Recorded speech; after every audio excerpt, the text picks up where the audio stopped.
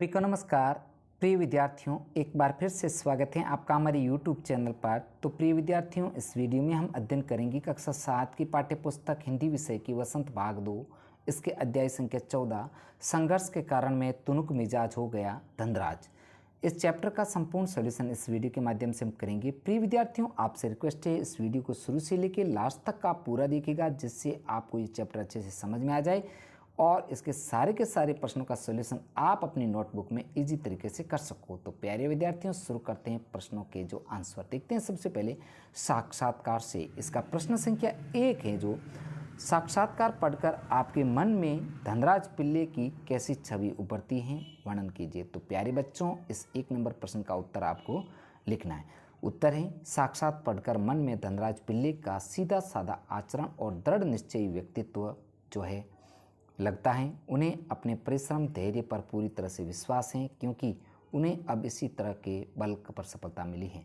उनका जन्म एक गरीब परिवार में हुआ था, इसलिए उन्हें शुरू से ही बहुत संघर्षों का सामना करना पड़ता था, लेकिन अपने लगातार परिश्रम से ही उन्हें सफलता मिली है। नेक्स्ट आगे बढ़ते हैं। प्रिय विद्यार्थियों, प्रश्न संख्या 2 को देखते हैं। धनराज पिल्ले ने जमीन से उठकर आसमान का सितारा बनने तक की यात्रा तय की है। लगभग 100 शब्दों में इस सफर का वर्णन कीजिए। तो प्यारे बच्चों, प्रश्न 2 का आंसर है, धनराज पिल्ले का गरीब परिवार में जन्म हुआ। उनका जीवन मुश्किलों से भरा हुआ था। उनके दोनों भाई हॉकी खेलते थे, इसलिए उन्हें भी हॉकी खेलने का शौक था। उन्हें हॉकी स्टिक्स भी अपने साथियों से उधार लेनी पड़ती थी।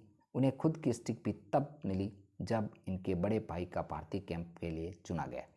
1985 में भी मणिपुर में जूनियर के रूप में राष्ट्रीय स्तर पर हॉकी खेले।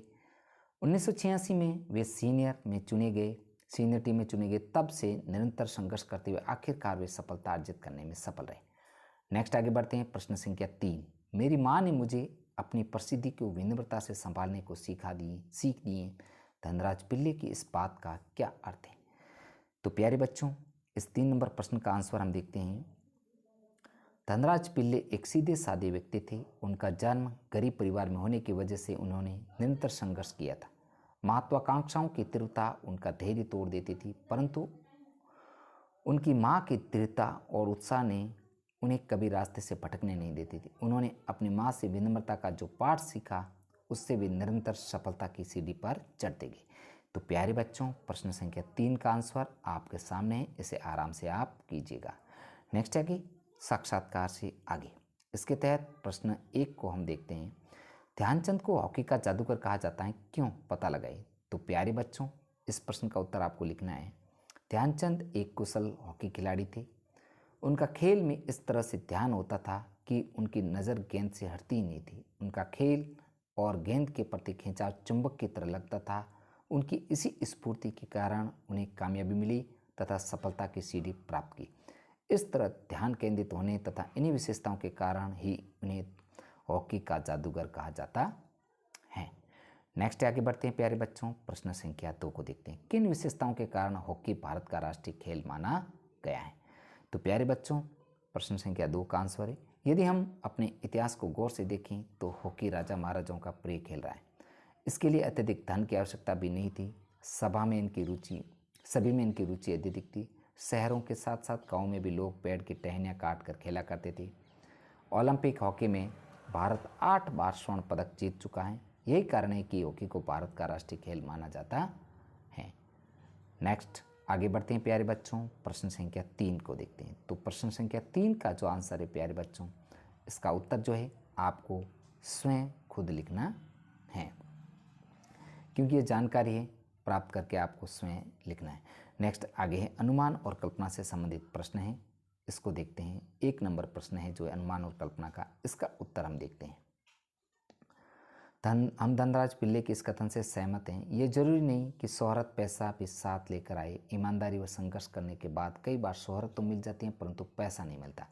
धनराज ही नहीं, मशहूर शहनाई वादक बिस्मिल्लाह खान जैसे कई बड़े साहित्यकार शोहरत तो प्राप्त कर पाए, परंतु उन्हें अपनी प्रसिद्धि जितना पैसा कभी नहीं मिला।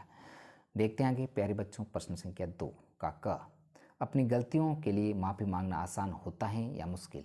तो इसका उत्तर आपको लिखना है। गलती सबसे हो जाती है क्योंकि हम इंसान ही तो हैं, लेकिन अगर कोई गलती करके दिल से शर्मिंदा हो और अपनी गलती पर सच्चाई में अफसोस हो तो वह फिर से माफ़ी मांगे तो कोई मुश्किल नहीं होगी।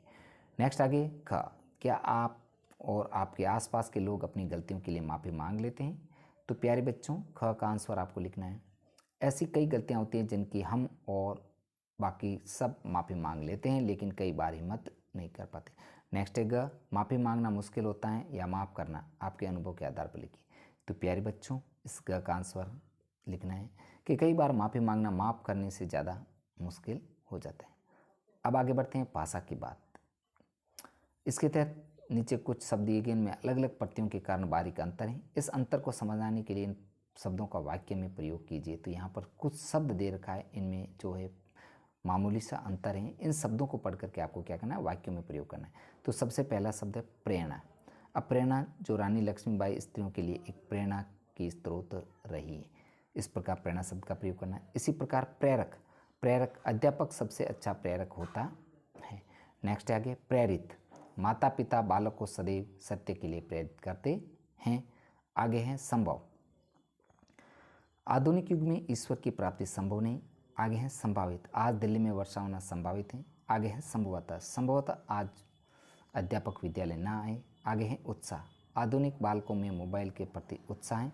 आगे है उत्साहित, बच्चे विमान में बैठने के लिए उत्साहित थे। आगे है शब्द उत्साहवर्धक, अध्यापक की प्रशंसा छात्र के लिए उत्साहवर्धक सिद्ध हुई। तो प्यारे विजय, ये सारे के सारे जो समानार्थी शब्द हैं, थोड़ा सा बारीकी इनमें अंतर है और इसका वाक्यों में आपको इस प्रकार प्रयोग करना है। नेक्स्ट आगे 2 नंबर, तुनुक मिजाज शब्द तुनुक और मिजाज दो शब्दों से मिलने से बनाए और क्षणिक, तुनुक, तनिक और तुनुक एक ही शब्द के रूप में। इसी प्रकार जो है रूपांतर दूसरे शब्दों में भी होता है, जैसे बादल, बादर, बदरा, बदरिया, मयूरा, मयूरा, मोर, मर, दर्पण, दर्पण, दर्पण।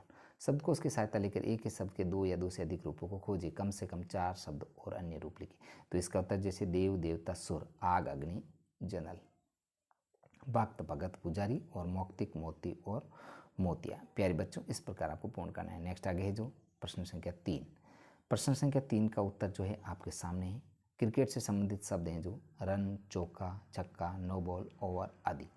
तो प्यारे बच्चों, हमने इस वीडियो के माध्यम से कक्षा 7 की जो पाठ्यपुस्तक का जो हिंदी विषय की जो पाठ्यपुस्तक है, इसका चैप्टर संख्या जो 14 है, संघर्ष के कारण में तुनुक मिजाज हो गया तंद्राज, इस चैप्टर का संपूर्ण सॉल्यूशन हमने इस वीडियो में किया है। प्लीज़ विद्यार्थियों, आपसे रिक्वेस्ट है वीडियो को ज़्यादा से ज़्यादा लाइक तथा शेयर जरूर कीजिएगा। साथियों, आपसे रिक्वेस्ट है कक्षा 7 की जो हिंदी विषय के जो संपूर्ण पाठों के वीडियो मेरे चैनल की प्लेलिस्ट बनी हुई है, वहाँ पर जाकर के इनका अध्यापन एक साथ भी कर सकते हैं। तो प्यारे विद्यार्थियों, आज का वीडियो इतना ही। मिलेंगे नेक्स्ट नए अंतिम वीडियो जो है पाठ के चैप्टर के साथ में।